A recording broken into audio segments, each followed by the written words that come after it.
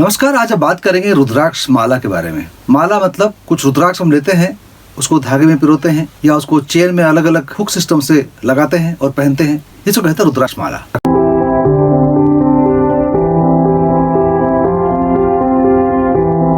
रुद्राक्ष माला में कितने बीड्स होने चाहिए, ये प्रीवियस वीडियो में बताया था मैंने कि यदि आप ग्रहों को शांत करने के लिए पहन रहे हैं तो एक ही रुद्राक्ष बीड काफी है। लेकिन मैंने देखा है कई लोग, जैसे 7 मुखी है, 7 मुखी का 108 बना लेंगे, 5 मुखी का 108 बना के पहन लेंगे, बड़े बड़े दाने।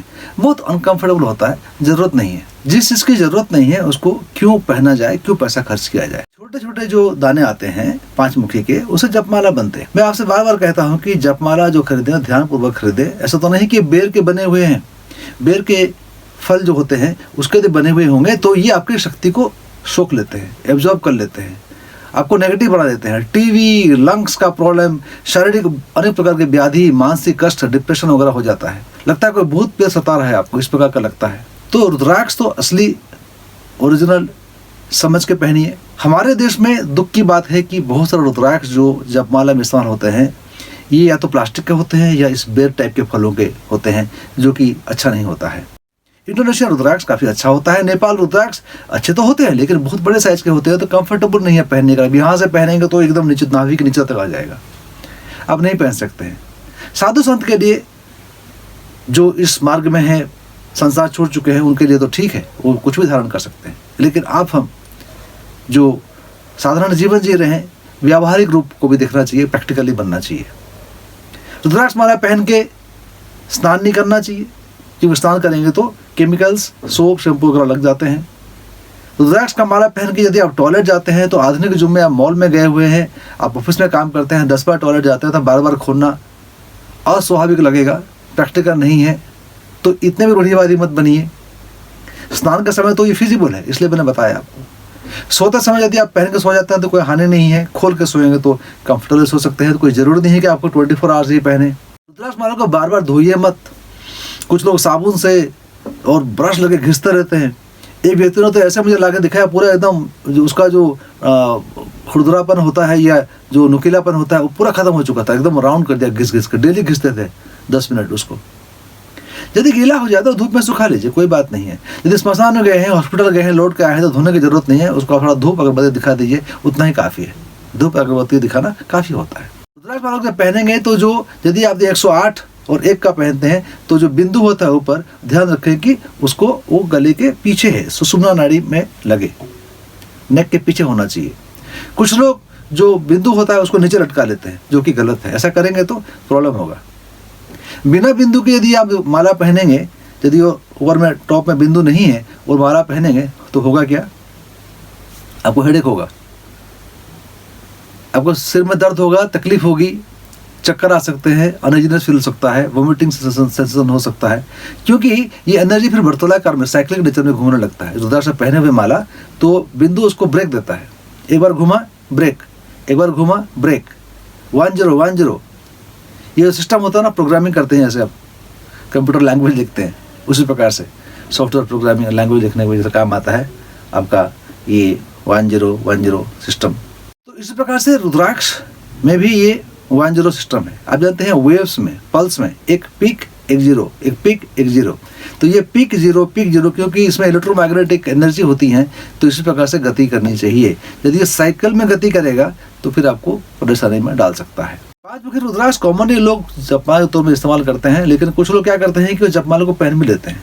उतारेंगे, जप करेंगे, पहन लेंगे। गलत बात है, ऐसा मत कीजिएगा। आपका जपमाला को दूसरा व्यक्ति जप नहीं करना चाहिए, ये बहुत प्राइवेट होता है।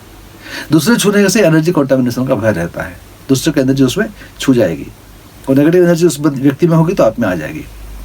जब करते समय जपमाला लेकर जप करते हैं तो दाहिने हाथ यदि में कीजिए, आप यदि राइट हैंडेड है तो, आप लेफ्ट हैंडेड है तो लेफ्ट हैंड से कीजिए, जो आपके लिए स्वाभाविक है उसको कीजिए।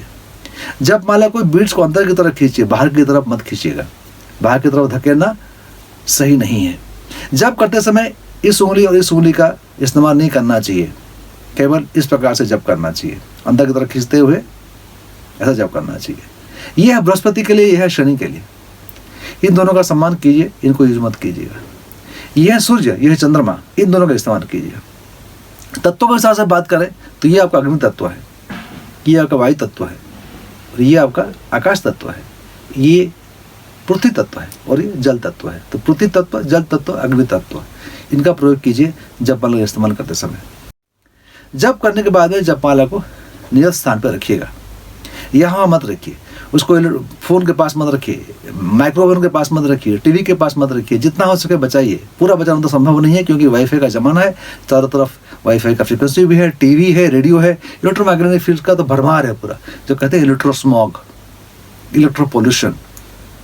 जैसे वातावरण दूषित होता है पोल्यूशन के कारण में, पेट्रोल डीजल का व्हीकल हम कहते हैं कि पोल्यूशन हो रहा है, वैसे ही इलेक्ट्रो पोल्यूशन भी है। इतना सारा वेव्स और फ्रिक्वेंसी हैं जो कि हमारे जो जपमाला वगैरह होता है, जो रुद्राक्ष होते हैं, उसको प्रभावित कर लेते हैं। तो कोशिश कीजिए कि उसको दूर रखा जाए। जपमाला को कभी भस्म, चंदन वगैरह से ना लगा, उसको इस्तेमाल ना करें, उसको लेप ना लगाएं, इसको ब्लॉक करेगा ट्रांसमिशंस को, आपके बॉडी में टच ठीक से हो नहीं पाएगा। यदि आपके फिंगर्स में ठीक से टच नहीं होगा तो जैसे बताया था मैंने कि जो सेल्स होते हैं हमारे शरीर के ऊपर में, ये काम आते हैं माइक्रोचिप की तरह। कंप्यूटर माइक्रोचिप होते हैं जो डाउनलोड करते हैं इन्फॉर्मेशन को, उसी प्रकार से ही हमारे स्किन के ऊपर में जो सेल्स हैं ये माइक्रोचिप की तरह काम करते हैं, और जो रुद्राक्ष की जो शक्तियाँ हैं, बायोइलेक्ट्रिकल करंट्स हैं, उसको डाउनलोड कर लेती हैं और फिर हमारे बॉडी में इंटरेक्शन होता है। तो उसके ऊपर कोई लेप ना लगाएं। चंदन की खुशबू वगैरह जैसे थोड़ा सा लगाना चाहते हैं तो लगा सकते हैं, क्योंकि चंदन की खुशबू जो है मूलाधार चक्र में काम करता है, जो कि आपके लिए फायदेमंद हो सकता है। चंदन नहीं लगाना है, चंदन का ऑयल या परफ्यूम आप लगा सकते हैं। कुछ लोग कहते हैं कि जो जपमाला है, रुद्राक्ष है, उसको घी में डाल दीजिए, फिर उसको या दूध में डाल दीजिए, कीजिए। खाली इतना है कि एक्सट्रीम वेदर में अगर रहते हैं, राजस्थान में रहते हैं, एक्सट्रीम वेदर में रहते हैं जहाँ की बहुत कड़क धूप पड़ती है, तो ड्राइनेस आपको दिखाई पड़ता है, तो थोड़ा सा घी लगा सकते हैं या चंदन का ऑयल लगा सकते हैं। इस प्रकार से उसको मेंटेन कर सकते हैं। कॉमन सेंस इस्तेमाल कीजिए, बहुत ज़्यादा रूढ़िवादी मत बनिए। रुद्राक्ष बच्चों को पहनाइए, लड़कियों को पहनाइए, क्योंकि आपको प्रोटेक्ट करता है।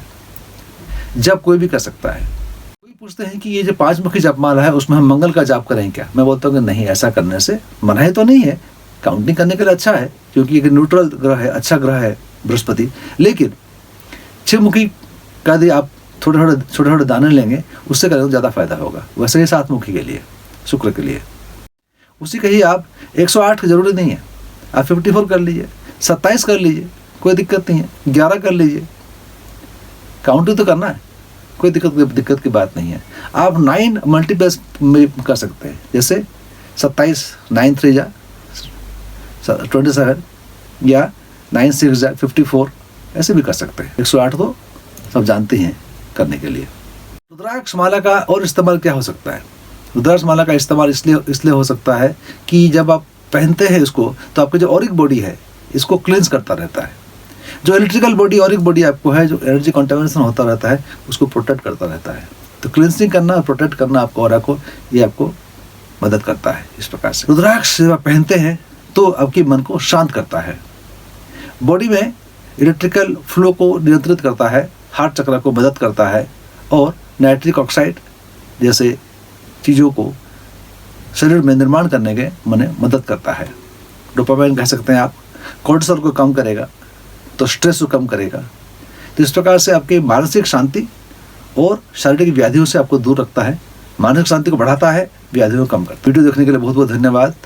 सब्सक्राइब नहीं किया तो सब्सक्राइब कर लीजिएगा। मैं हूँ wing commander Santosh Sharma, white lotus spirituality का संस्थापक। हमारे संस्था में हम एस्ट्रोलॉजिकल सर्विस देते हैं आपको। कुंडली का अध्ययन करने के बाद में आपको जेमस्टोन और रुद्राक्ष के बारे में बताते हैं, रिकमेंड करते हैं और आपको उपलब्धि कराते हैं। हमारे ऑनलाइन स्टोर से भी खरीद सकते हैं या डायरेक्टली मुझसे संपर्क करके खरीद सकते हैं। मुझे व्हाट्सअप कर सकते हैं 9845124158। यदि आप एस्ट्रोलॉजी सेशन बुक करना चाहते हैं तो 8884985444, या मुझे मेल कर सकते हैं संतोष SANTOSH 9845124158@gmail.com। आइए विदा लेता हूँ, अगले वीडियो में एक नया विषय लेकर चर्चा करेंगे। नमस्कार।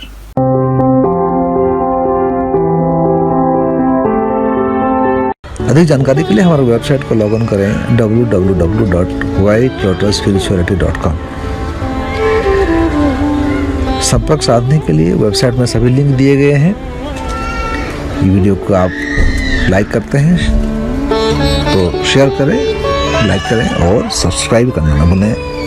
मैं wing commander Santosh Sharma, white lotus spirituality के संस्थापक। नमस्कार, खुश रहें।